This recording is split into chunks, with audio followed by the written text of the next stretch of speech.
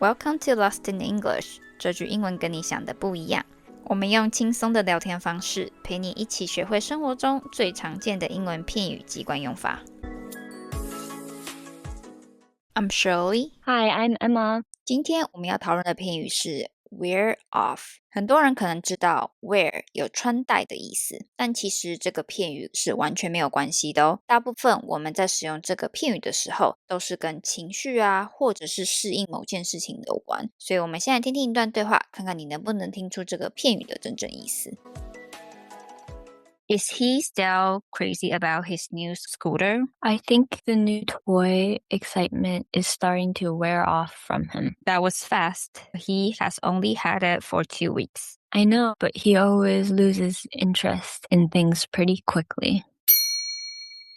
So, Emma, what does wear off mean here? Wear off means something slowly loses its effect or stops working. 在这个片语里，动词 wear 本身其实也有磨损或者是消耗的意思，而副词 off 则是有脱离的概念。所以当我们说 wear off， 就可以想象某个东西因为用久了，表面逐渐被磨损的感觉。所以当变成是抽象性用法的时候，就可以常常用来表达某种感觉啊，或者是效果随着时间逐渐减弱或者是消失，也就是我们中文常说的逐渐消逝的意思咯。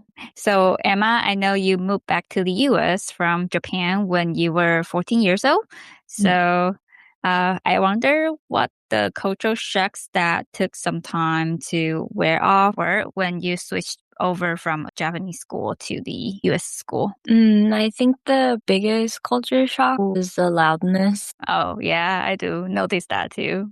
Like, especially when you go to a restaurant, you can't always hear what other people are talking about. Yeah, but I got used to how others would socialize after a while. I think it was hard for me to acclimate myself to the culture, though. That took a lot more time to get used to. Actually reminds me of a Japanese culture. Like, you aren't really supposed to talk on the train, right? It's considered pretty rude, isn't it? Yeah, I think it depends on where you are in Japan. So in southern Japan, like it's louder on the trains and people talk more.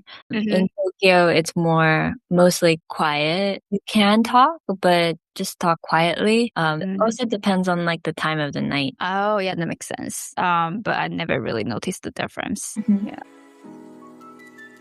在我们讨论下个主题前，想在这边提醒一下大家，如果觉得语速太快或者是太慢，记得可以随时在 Apple Podcast 或是 Spotify 的播放界面调整你想要的语速哦。那我们就回到今天的主题咯。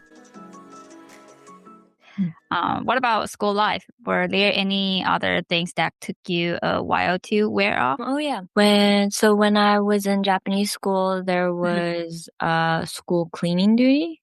So after lunch and recess, which is like a small break, we had specific tasks for cleaning. So we would do things like wipe the floors by running with our hands on the rags on the floor, like in the movie Spirited Away. Oh, yeah. Yeah, the movie called 身影少女 in Chinese. And then, yeah, we actually do that in Taiwan too. No, I did not really enjoy that at all. So you don't have to do that in schools in the US, right? Yeah, in the schools in the US, there isn't a cleaning duty at all. They have people that get paid to clean the schools. Wait, so no cleaning the bathrooms or sweeping the floors or, mopping the floors? No, nothing at all? No, nothing. The students wouldn't clean at all. So US schools have janitors, people who clean and take care of the building. Oh, wow. You guys are so lucky. Like when I was in high school, sometimes I had to be at school much earlier than others just because I was assigned to clean the classroom or bathroom. Even thinking about it right now makes me so tired. It's still really surprised me in the US how messy people were and how little they cared about making a mess. Oh, how so? Like, even if you made things really messy in the classroom or the hallway, you didn't have to clean or no one asked you to clean? I think if someone, like a teacher, catches you throwing trash in the hallway, they would tell you to put it in the trash. Right. But if they don't, students don't pick it up. There's a lesser sense of like social responsibility. Wow. We would be so scared of getting yelled at if we made a mess in the classroom or hallway. Plus, our classmates might see it and tell the teachers because we all know we would get punished for it. And, there were just so many annoying tattletales. That's really funny that there were tattletales. And what about class leader? Do you guys have anything like that here in the US, by the way?